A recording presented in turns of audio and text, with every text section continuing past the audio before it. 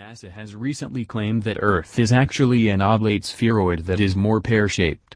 Yet in all their pictures of Earth, it is a perfect sphere. Someone is lying. There are many reasons why we believe the Earth is flat. One reason is that we do not believe NASA is telling us the truth. Besides the fact that NASA has a very suspicious satanic occult history, there are many inconsistencies and obvious lies fed to us by this self-proclaimed authority on space exploration. First of all, their pictures of Ball Earth are anything but realistic. They are all computer graphic images, CGI, or paintings. In some of them you can even see the clone clouds because someone used the cloning tool on their computer animation of the ball. Visual evidence that we live on a flat plane, no curvature. The second reason we are confident that the Earth is not a spinning ball is because of what we actually see and experience. The Earth appears to be flat and non-moving. As far as you can see, the Earth looks flat. If there is a curve, then where is it? Astronomers are in the habit of considering 2 points on the Earth's surface, without, it seems, any limit as to the distance that lies between them, as being on a level, and the intervening section, even though it be an ocean, as a vast hill of water. The Atlantic Ocean, in taking this view of the matter, would form a hill of water more than 100 miles high. The idea is simply monstrous, and could only be entertained by scientists whose whole business is made up of materials of the same description. And it certainly requires no argument to deduce, from such science as this, a satisfactory proof that the Earth is not a globe. Every man in full command of his senses knows that a level surface is a flat or horizontal one, but astronomers tell us that the true level is the curved surface of a globe. They know that man requires a level surface on which to live, so they give him one a name which is not one in fact.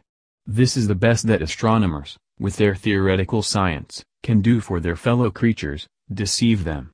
William Carpenter, 100 Proofs the Earth is Not a Globe, 1828. Vast areas exhibit the perfectly dead level, scarcely a rise existing through 1,500 miles from the Carpathians to the Urals.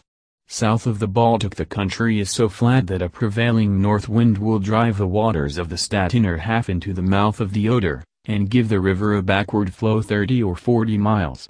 The plains of Venezuela and New Granada, in South America chiefly on the left of the Orinoco, are termed llanos, or level fields. Often in the space of 270 square miles the surface does not vary a single foot. The Amazon only falls 12 feet in the last 700 miles of its course, the La Plata has only a descent of 1/33 of an inch a mile. Reverend T. Milnor, Atlas of Physical Geography. These extracts clearly prove that the surface of the Earth is level, and that therefore the world is not a globe. And when we come to consider the surface of the world under the sea, we shall find the same uniformity of evidence against the popular view. In Nature and Man, by Professor W. B. Carpenter, article The Deep Sea and Its Contents, the writer says, if the bottom of the mid-ocean were laid dry, an observer standing on any spot of it would find himself surrounded by a plain, only comparable to that of the North American prairies or the South American pampas. The form of the depressed area which lodges the water of the deep ocean is rather, indeed, to be likened to that of a flat waiter or tea tray, surrounded by an elevated and deeply sloping rim, than to that of the basin with which it is commonly compared. This remarkable writer tells of thousands of miles, in the Atlantic, the Pacific, and the Great Southern Ocean beds being a plain surface, and from his remarks it is clear that a flat surface is the general contour of the bed of the great oceans for tens of thousands of square miles.